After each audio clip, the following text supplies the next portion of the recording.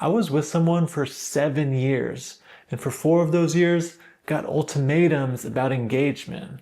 She was convinced that a ring would just fix our problems.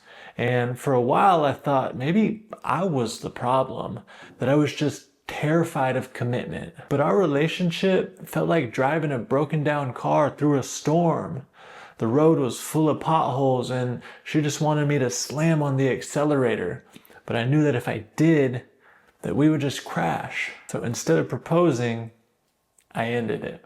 And that was just 5 years ago. But today, I'm happily engaged. So it turns out I was never actually afraid of the destination. I was just in the wrong car with the wrong person. In this video, I'm breaking down the 5 critical green flags that showed me I was finally in the right relationship. These are the 5 things that you can look for to know if your partner is someone you can build a future with. Now, they're all crucial, but I think number 4 and 5 are the most important, so stay tuned. So let's get into the first green flag that signals a relationship is built for commitment. Number 1, you genuinely like who you are with them. I knew I found the right person because I really liked the version of myself that was showing up in this relationship.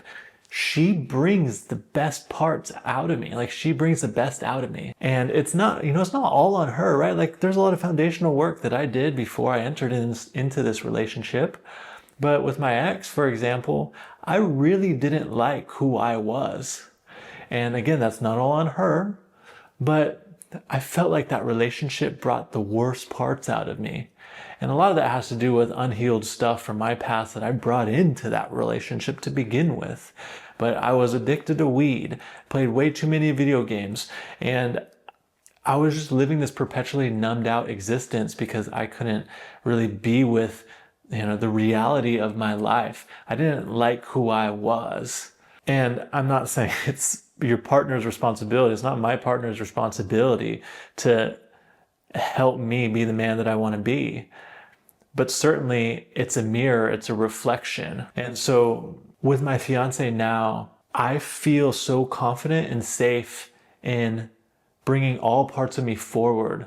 And I feel like proud and assured in who I am in this relationship. I feel good about both the man I am and also the man that I'm becoming. And she encourages that, right? She helps bring the great balance into my life. She supports that. And so when you're with someone who brings the best out of you and you genuinely like who you are with them, that's a really big green flag. So ask yourself, does this person bring the best out of you? Or do you feel like you have to shrink yourself in any way to be with them? Number 2, you don't feel the need to fix them. This is when you can honestly say, if this person never changed a thing, I would still want to be with them. And I'll tell you, I know that I'm with the right person because I genuinely don't want to change her. There is nothing that she needs to change as a contingency for me to want to be in this relationship.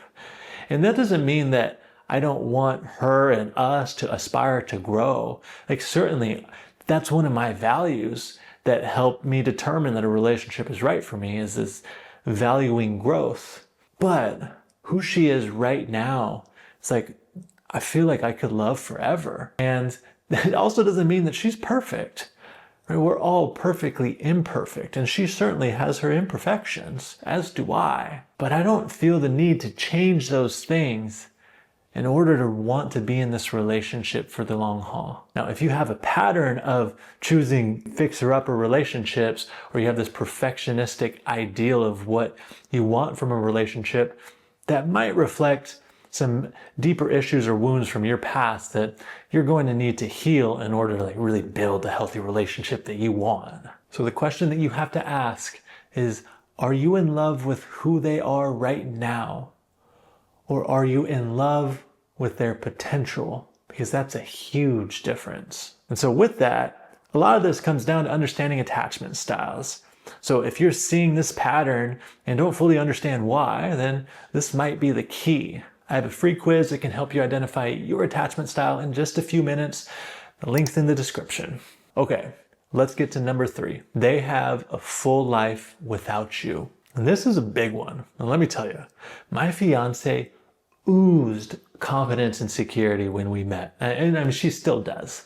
But like, she had her career, she had her interests, she had her family. I felt like I was just this complement to this already very full life. I didn't feel like I was coming in and filling a void or making her whole.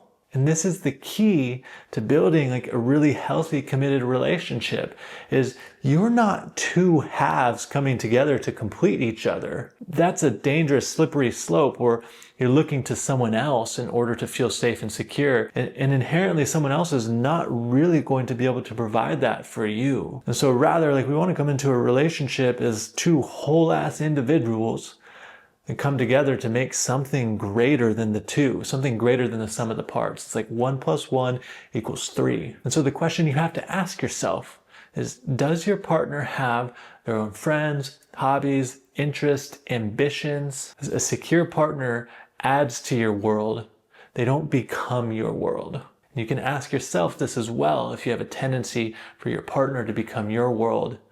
You have to find safety and wholeness within first. Okay, so these first 3 were super important for building a healthy, committed relationship, but these last 2 are absolutely crucial. Number 4, you have a shared vision for the future. Like, to come back to that car metaphor from the beginning, you need to be driving in the same general direction. You need to be aligned on like the pace and like how fast you want to go. There might be some variances, but as long as you can kind of negotiate this with one another, that's the key. As long as you're willing to stop and repair the car if things are getting a little bit dicey, then that's important. It's not that things can never get dicey, but it's that you're willing to pause, you're willing to work through things together and enjoy the journey along the way. Now, in particular, you need to ask, do we want the same things on the big 3? The big 3 are kids, family, and lifestyle. Now, if you guys are not on the same page about kids, that is an absolute deal breaker right out the gates. If one of you is 100% positive and the other's like, I'm not so sure. If everything else is great, that in and of itself is a deal breaker, because that's like this, there's a deep purpose to wanting to have kids. And if you forego your purpose for a relationship, that's how you lose yourself. And so if there's a mismatch in this desire for a future, right, that is a sign to go separate directions, like straight out the gates. If you're both unsure, or you're both no, or both yes, great, like those things align. Uncertainty is okay, but certainty up against uncertainty, that's a deal breaker. Now for family, there's a lot of room for negotiation and compromise here. You got to make sure that you're at least starting on some common ground. What is the role of family going to play in your life? Their family, your family, or maybe the absence of either? Are you going to build your own chosen family, right? There's a lot of possibilities, but oftentimes people can be deeply entrenched in what they want their life to look like, and how integrated they want their families to be. And if you're not on the same page, even just a little bit starting out, also a no-go. And lastly is lifestyle. And this encompasses many different facets, but it's important. And it's things like, are you a mountain person or a city person? Do you envision, living on some like rural farmstead, or do you want to be in the high rise of San Francisco or Manhattan? Like, do you want to go to bed early, wake up early, or do you want to spend time out exploring restaurants and bars? What's the role of drugs and alcohol in your life? Do you want to live a pretty sober lifestyle? Right? All of these things are really important and reflect like long-term compatibility.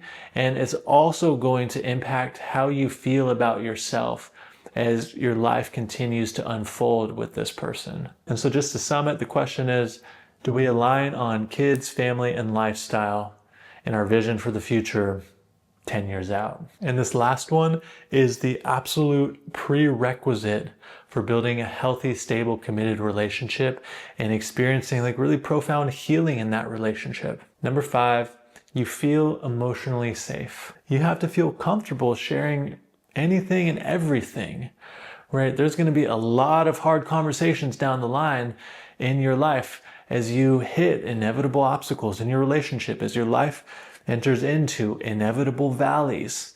And if it feels like certain topics are off limits, that's a recipe for disaster. And so I knew I was with the right person with my fiance because we set the tone early of radical honesty, right? There are no monsters in our closet, right? We've, aired all the dirty laundry. I have no secrets, which is a stark contrast to who I was in the past.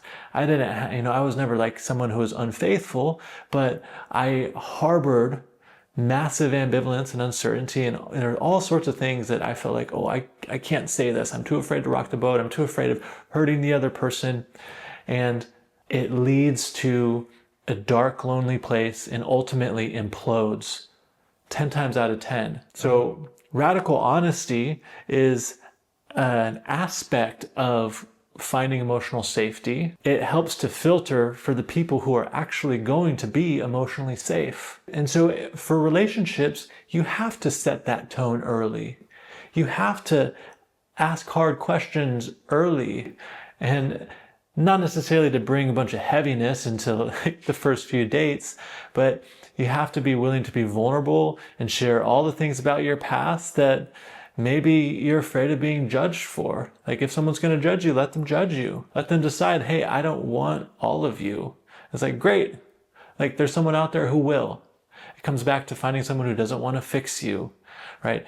All of this cultivates that emotional safety that's required. And if you're currently in a relationship that doesn't have that particular standard, you can start to right the ship by leading by example. And it's going to be hard. You might experience some turbulence.